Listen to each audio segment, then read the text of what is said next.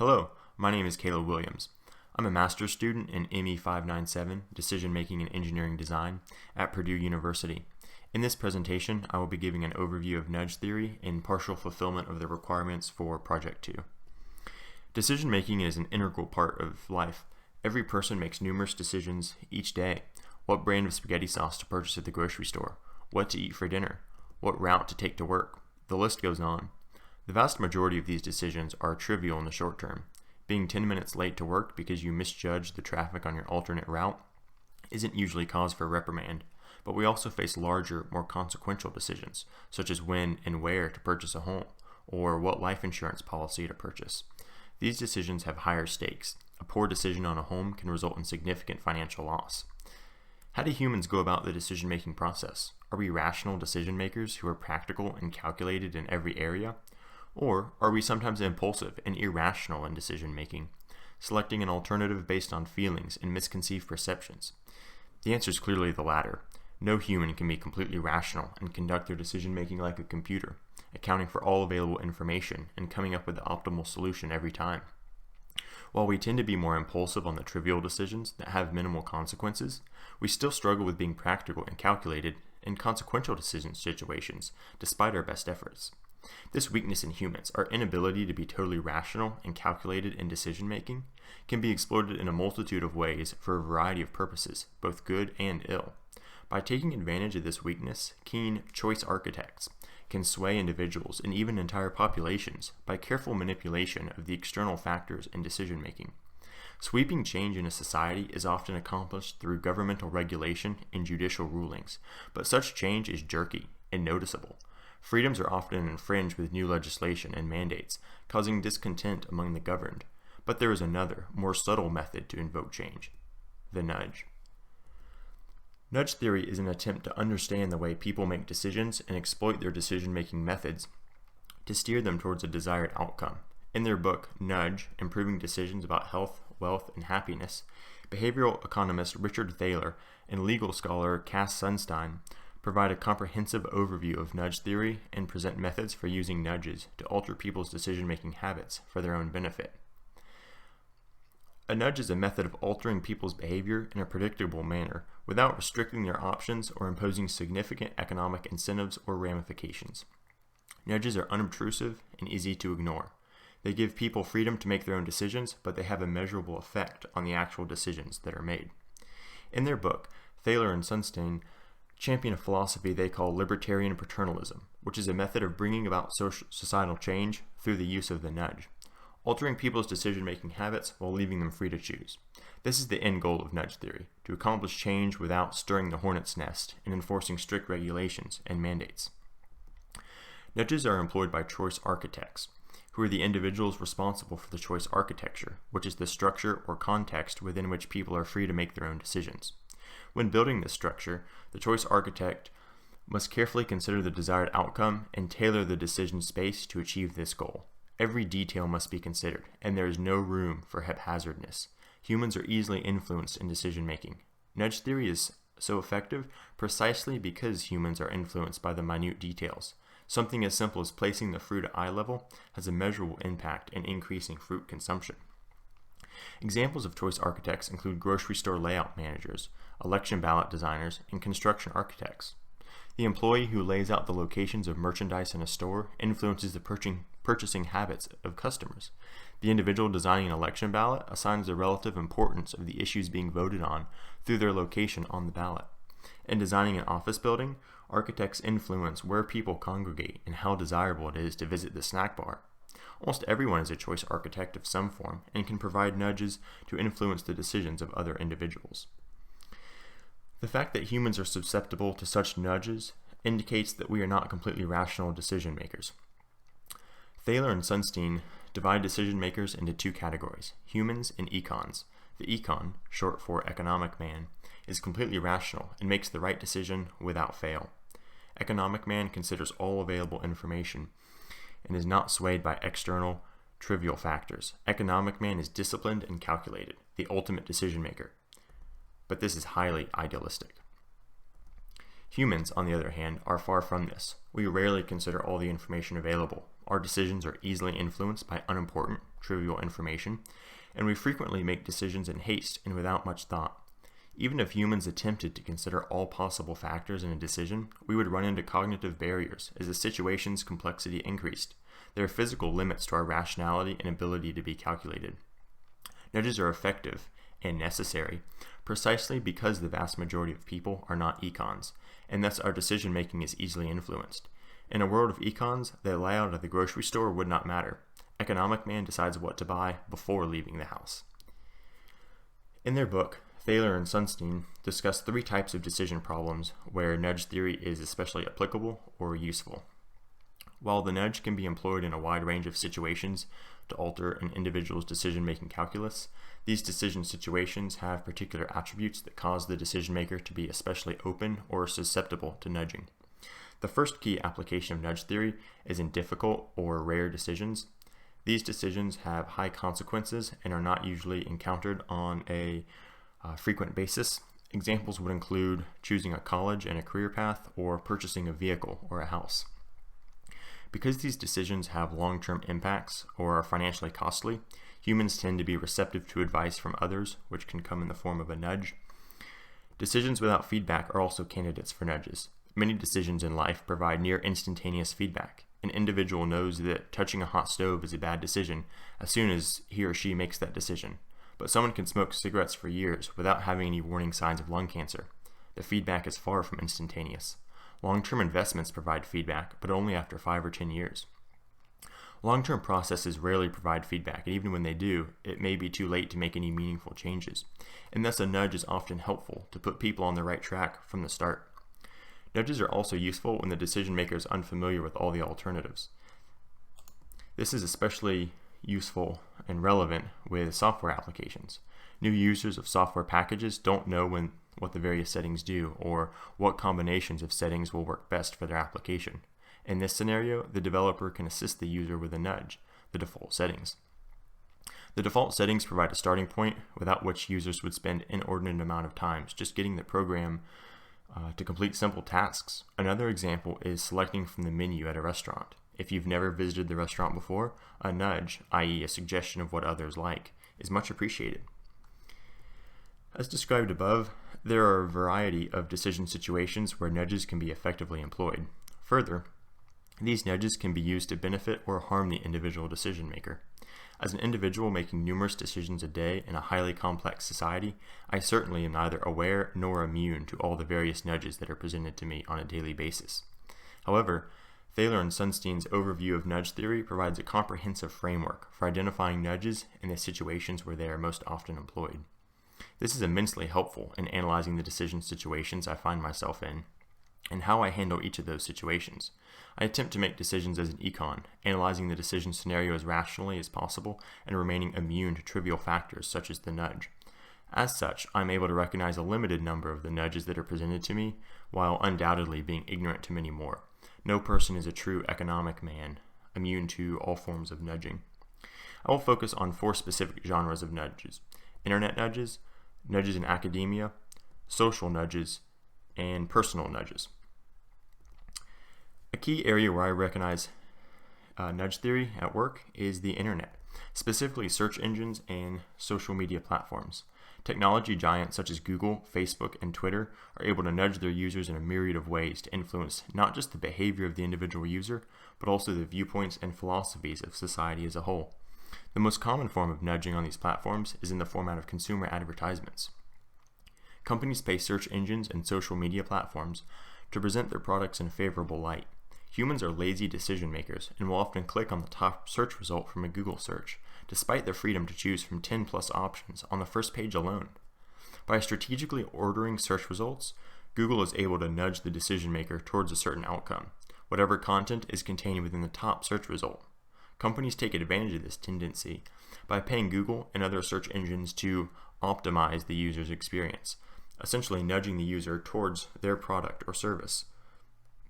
Another way I see technology giants nudging their users is through the filtering of content that is presented. Social media feeds are tailored to the individual user and often include content from entities outside of the user's friend circle or subscriptions. This feature, often termed recommended for you, nudges the user towards specific content without limiting what content is available. There's a plethora of content at the user's fingertips. But by organizing the content by what is recommended for you, the social media platforms have incredible power to sway users to choose specific content, which can be used to expose them to a variety of ideals, whether for good or ill. The user often does not realize the result that this nudge has on their decision making and its long-term effects on their worldview. Being in the same vein as what a user is subscribed to, this recommended content often solidifies a user's social or political viewpoints, as they are exposed to entities that reinforce the philosophies they already hold to. This only serves to further divide a highly polarized society. Academia is another realm where I identify frequent use of the nudge. College professors have a unique forum in which to influence their students' worldviews through the way they present material in lecture and in class discussions. When discussing controversial topics such as religion, politics, or social theory, it is best practice for the professor to present each viewpoint in an equal light, allowing the students to come to their own educated decisions about such topics. However, even in doing so, the unavoidable biases of the professor will show through in subtle ways. All sides of a subject may be given equal lecture and discussion time. However, the professor's inherent preferences will act as a nudge, subtly influencing students to adopt the principles or beliefs held by their professor. Nudges in academia also come from the institutions themselves. Frequent drinking and underage drinking is common on many college campuses today. According to a survey of 18 to 22-year-old college students conducted by the Substance Abuse and Mental Health Services Administration, approximately 33% of participants admitted to engaging in binge drinking in the month prior to the survey. To curb such habits such as this, institutions use ad campaigns to highlight the adverse effects of drinking to excess. Rather than banning the consumption of alcohol and restricting the students' freedom, universities instead nudge students by underscoring the adverse impacts of overdrinking on physical health and mental performance, labeling the practice as socially unacceptable. This is a prime example of nudge theory at work. In Nudge, Thaler and Sunstein note that people are undeniably affected by the decisions of others. In developing their point, the authors cited several studies that support this theory, finding that participants make their own individual choices differently based on how other participants choose. This lends itself to conformity among a society. In some cases, individuals have even been found to conform to the group's decision, even if they know that decision is wrong. Humans cannot stand to be outside of what is socially acceptable. This principle leads to the social nudge, where people make an individual decision based on their perception of the group and not based on their own knowledge or experience. Individuals abandon their own decision-making calculus to conform with what everyone else is doing. This has far-reaching implications. Such social pressure is what, in part, allowed Adolf Hitler to instill a hatred of the Jews into the German population. By generating enough propaganda claiming that the Germans were anti-Semite, Hitler influenced the populace on an individual level. Without such propaganda claiming that it was normal to despise the Jews, the German population on their own would have likely never taken up such ideals. Conformity produces a strong, persistent nudge, and humans are hesitant to be outside of what they are told is socially normal or acceptable, even if they disagree with it. Such social nudges are doubtless at play in the American society today. News sources and other media outlets broadcast highly politicized messages, calling their partisan listeners to act in accordance with what they claim is the right thing to do. By championing a viewpoint as foundational to their party, these media outlets can influence the behavior of the individual American who desires to toe the party line. Nudging in this way allows a minority to impress their viewpoint on a majority who, as individuals, would reject the philosophy, but cannot stand to lie outside of what is politically correct or what they are told is the social norm. While corporations and other entities use well-placed nudges to alter the decision-making habits of their customers or students in the case of academia, nudges are also just as commonly used on the individual level. In fact, such private nudges may even be more widespread than the large-scale nudges employed by corporations and institutions. To this point, I frequently use the nudge in my personal interactions with friends and family members.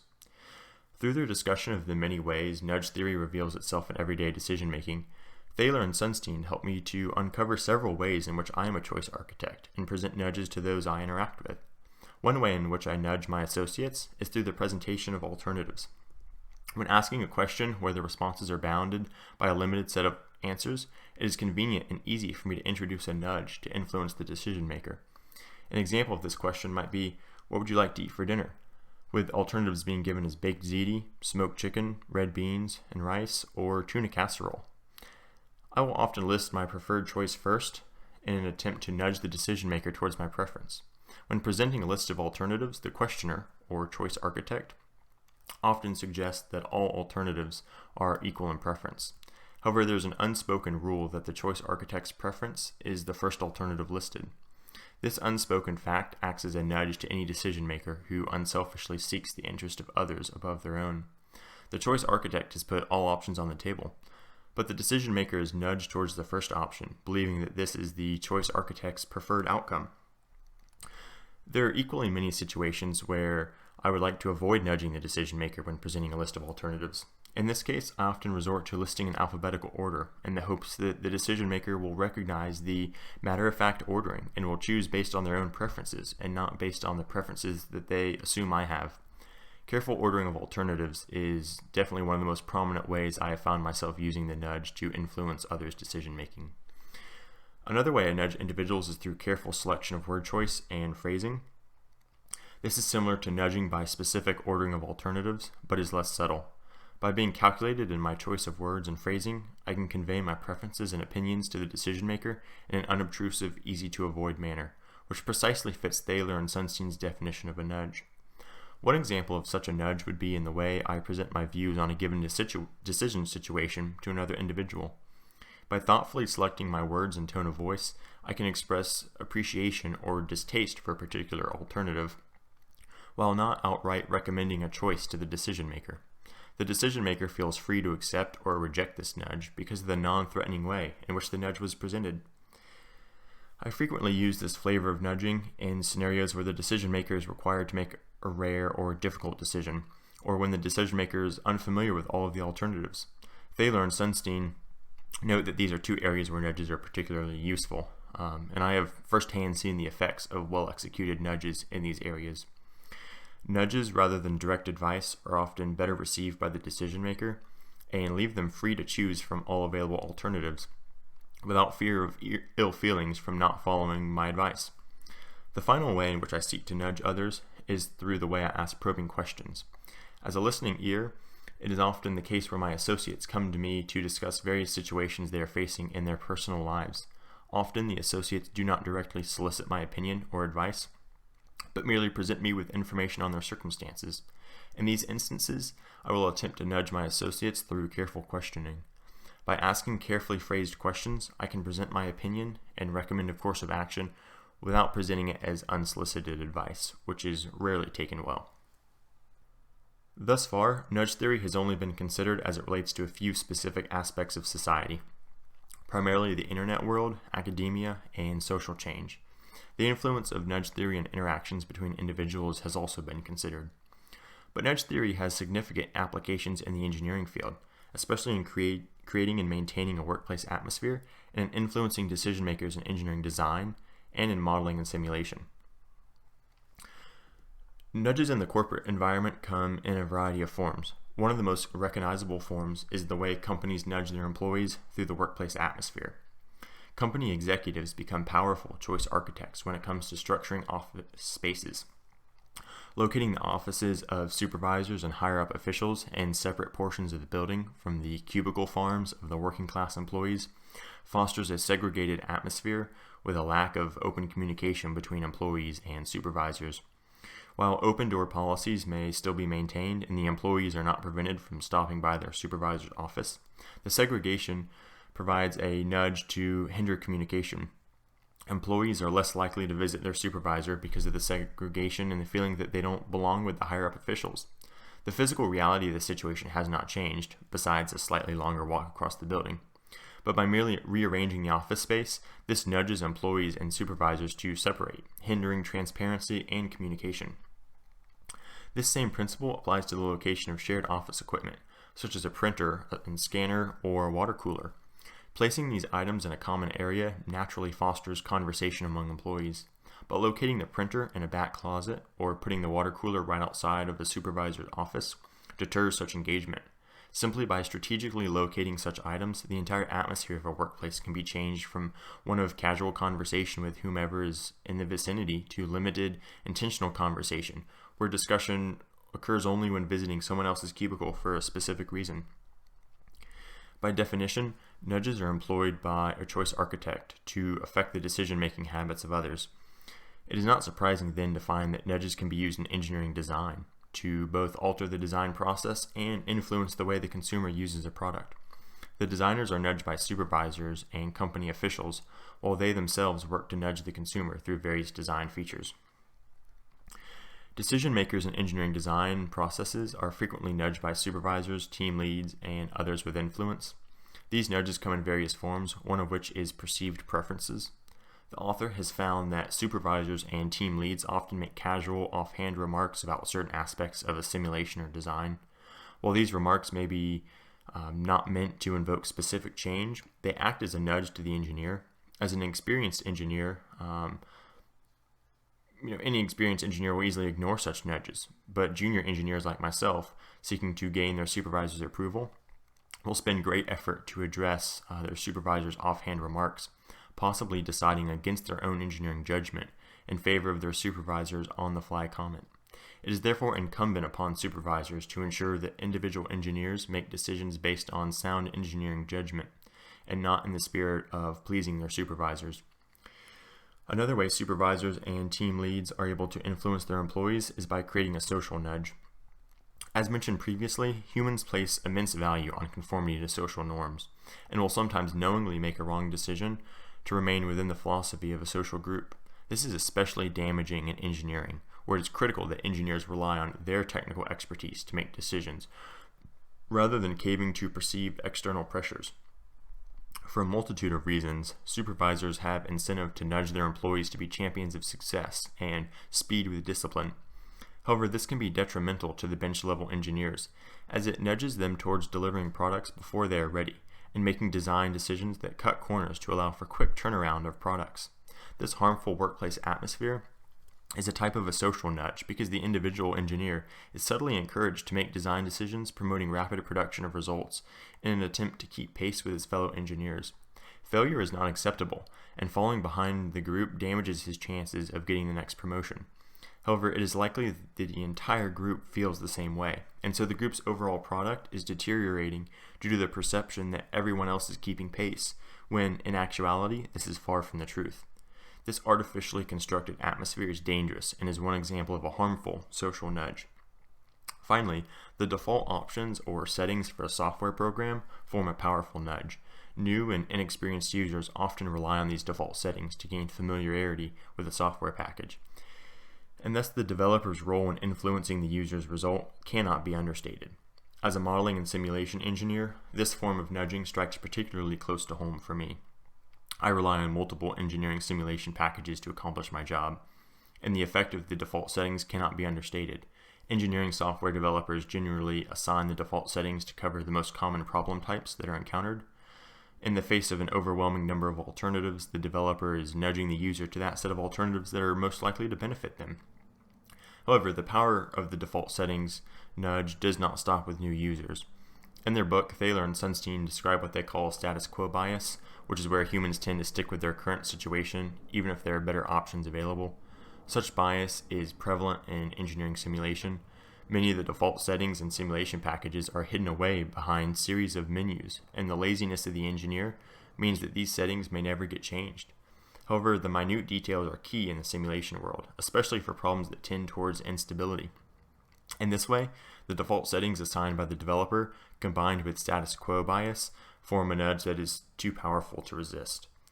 Through study of Thaler and Sunstein's work in developing nudge theory, I have gained significant insight into how the human decision-making process works and the ways and areas in which we are vulnerable to nudging. I have also become more aware of the way I employ the nudge to affect the decision-making habits of those around me. I have been able to observe society and see the nudge used in everyday life for both good and ill, and I've also recognized the ways I am nudged in the field of engineering and the benefits and detriments of such nudging. My observations and reflections on how nudge theory is applied in the world around me, and even in my own career field, have caused me to take a different perspective about my decision making. I realized how even insignificant routine decisions are impacted by the nudges of individuals, corporations, or institutions. Subsequently, I have begun to analyze decision situations more critically in an attempt to ascertain whether a nudge is present and, if so, what action the nudge is leading towards. I have also become more cognizant of how information is presented to me, since the mere method of presentation has a measurable impact on the decision-making habits of the recipients. I've also gained a new way of thinking about the rationality of humans in decision-making. I previously considered myself to be a true econ, a rational individual accounting for all available information in decision situations and uninfluenced by trivial factors such as the nudge. However, after reading Thaler and Sunstein's work and reflecting on the ways nudges are used in society and even in engineering, I have realized that my decision-making calculus is far from that of an econ. I am a human decision maker, subject to nudging, and frequently quite oblivious to the fact that I am being nudged. The nudge is a powerful tool that can be used to influence the decision-making habits of individuals and even entire societies. These nudges come in diverse forms and can be used to benefit or harm the decision maker. This frequently occurs without the individuals even realizing that their decision-making process is being influenced by a choice architect. All of us are choice architects in some way, and we must be careful to analyze the ways in which we nudge others, ensuring that our nudges remain unobtrusive and will serve to benefit the decision maker. As human decision makers, we will never reach the cognitive level of economic man, but nonetheless we must strive to be aware of the various nudges that are present in our decision situations, and constantly evaluate the consequences of those nudges that we recognize. While many choice architects have the good of the individual in mind, this is not always the case, and a keen decision maker should seek to understand his decision-making environment. I hope that you have enjoyed my overview of nudge theory, and if you have any questions, please leave them in the comment section below.